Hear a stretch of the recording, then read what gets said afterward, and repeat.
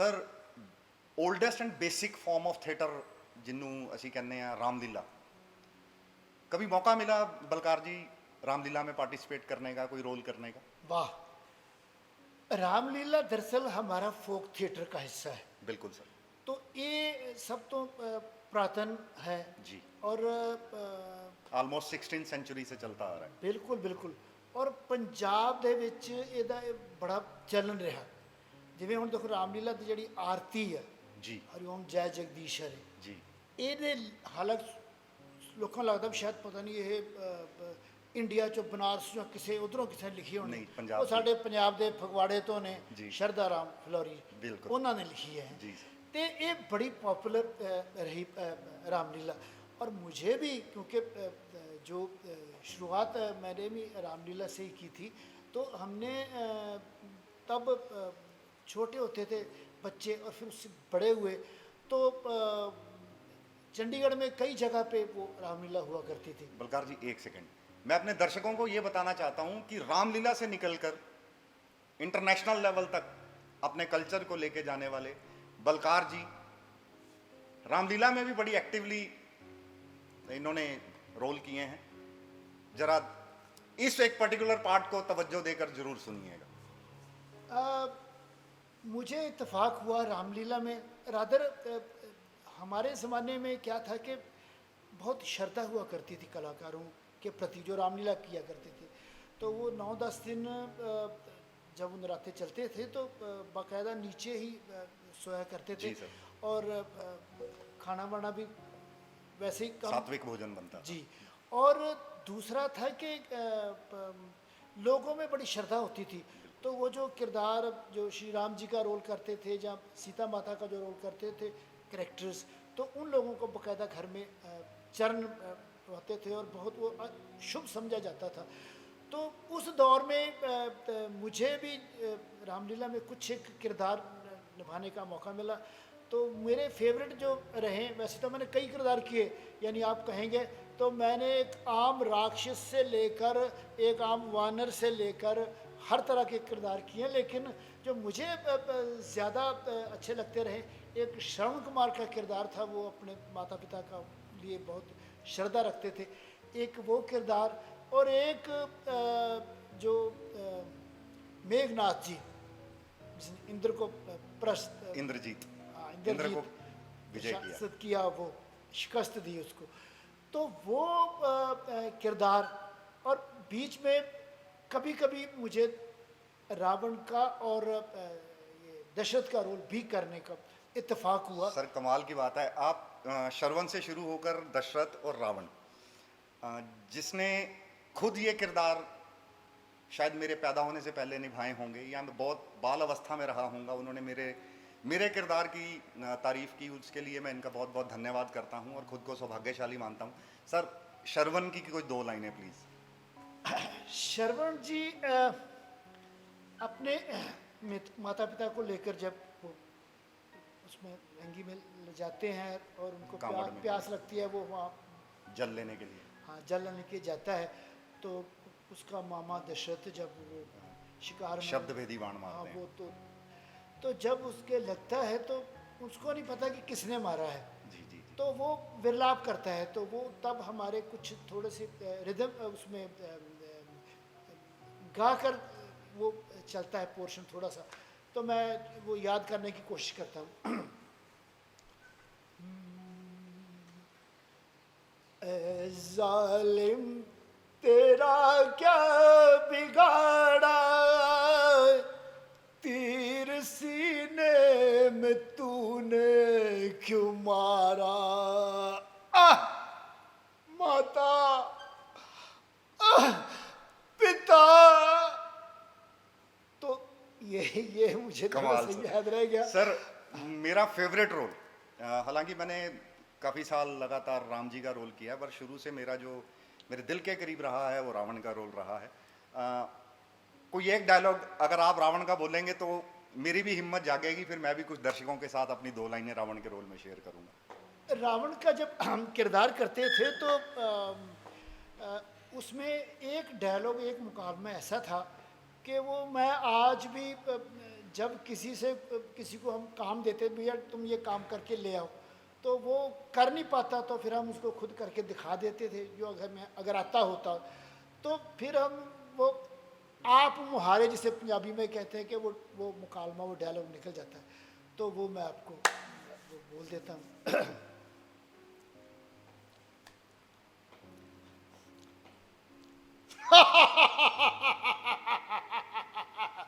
जय लंकेश, जय शिव शंकर। अरे कर लेंगे छोकरे जिस दिन हर काम को, पूछेगा कौन उस दिन फिर दुनिया में रावण के नाम को। कमाल सर, कमाल। आपने लिरिकल थिएटर बहुत किया है, और लिरिकल थिएटर में मैंने जो आपका पर्सनल जो सबसे ज़्यादा जिसको मैं पसंद करता हूँ वो है एक प्ले था आपका जुगनी।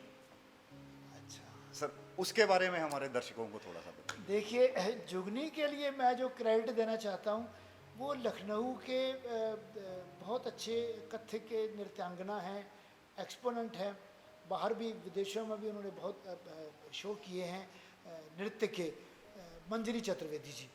तो ये उनकी कंसेप्शन थी, वो पंजाब के, क्योंकि उनकी जो संस्था है वो है सूफ़ी कथक फाउंडेशन, यानी कथक की विधा को सूफियाना के कलर में किस तरह से वो जो पहले सूफी बाबे नाच नाच कर, क्योंकि उनकी जो भक्ति थी ना, तो उनकी भक्ति आज भी वैसे ही है कि वो अपने इष्ट को, अपने भगवान को, अपने पीर मुर्शिद को नाच नाच कर, नाच गा कर वो उसको रिझाते हैं, तो उसी में वो उनको प्रभु के दर्शन होते हैं।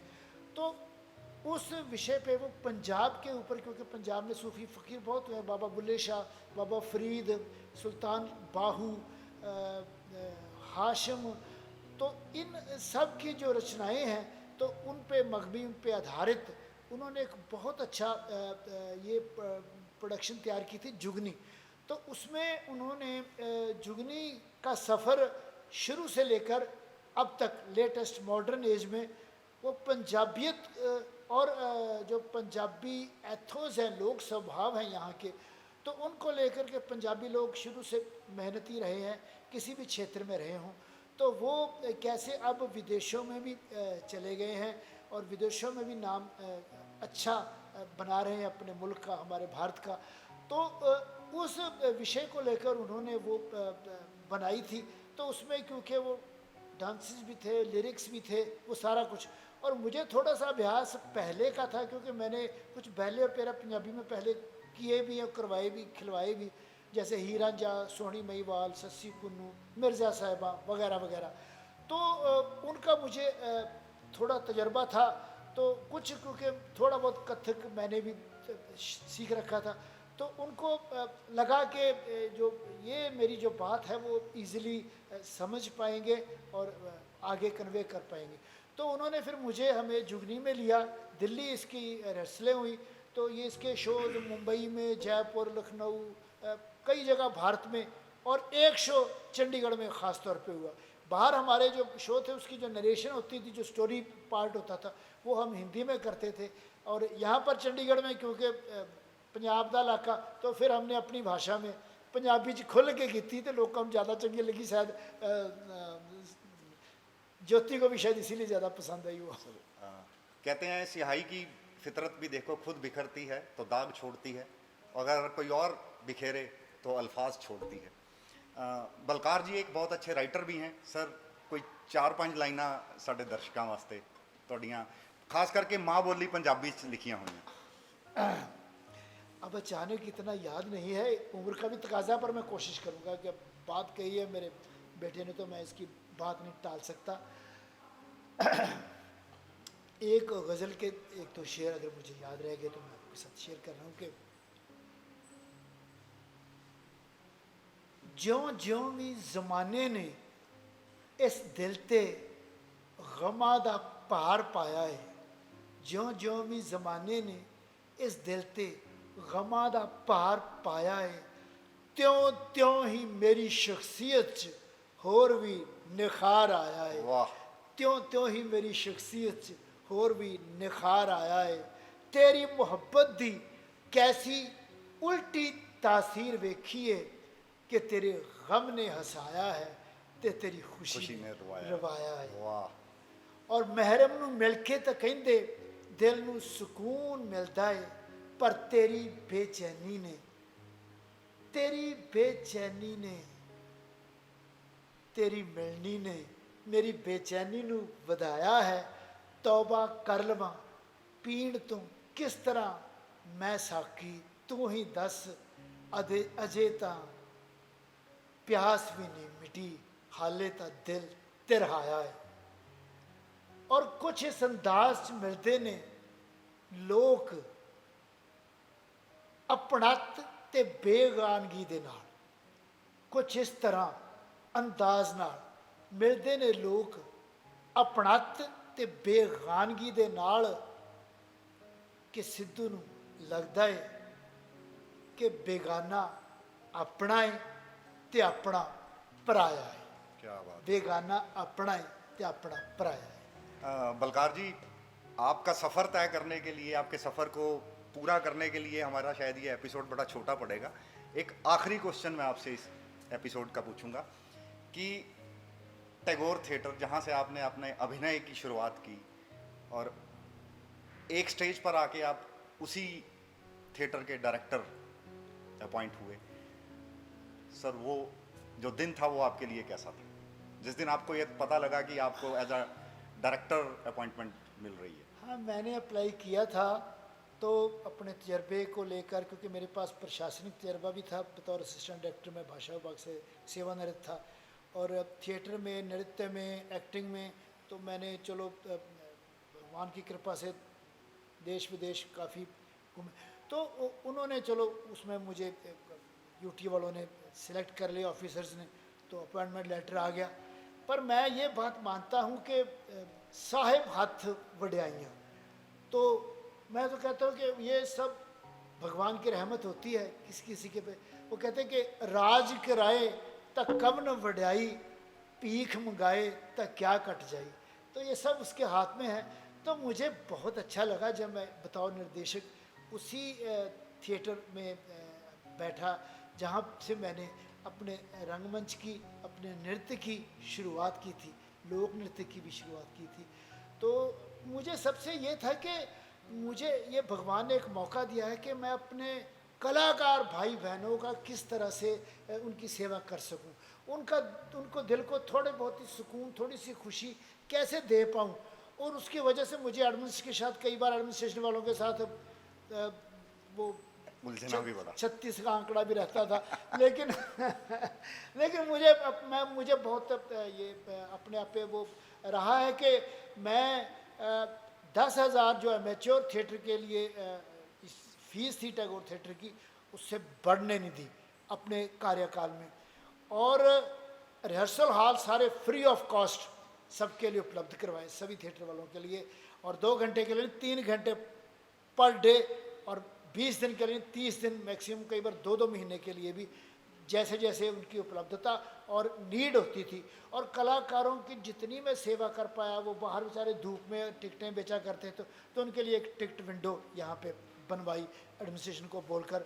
और भी जितनी फैसिलिटी मतलब मेरे वित्त में थी, या मेरी बात मान लेते थे वो ऊपर वाले, तो उनका धन्यवाद। तो उनकी वजह से ये थोड़ा बहुत मैं सेवा कर पाया। तो ये थे श्री बलकार सिद्धू जी, रंगमंच के पुरेधा, जो आज सफ़रनामा अदाकारी का में हमारे मेहमान थे। हम प्रभु से यही कामना करते हैं, यही प्रार्थना करते हैं कि आपको स्वास्थ्य और दीर्घायु प्रदान करें। आप इसी तरह अपनी शिक्षाओं से हम जैसे कलाकारों का मार्ग प्रशस्त करते रहें। सर धन्यवाद। बहुत बहुत शुक्रिया, बहुत बहुत धन्यवाद, आपने मुझे मौका दिया, अवसर प्रदान किया। और मैं शिक्षा दूंगा कम, लूँगा ज़्यादा आप लोगों से। धन्यवाद, बहुत बहुत शुक्रिया।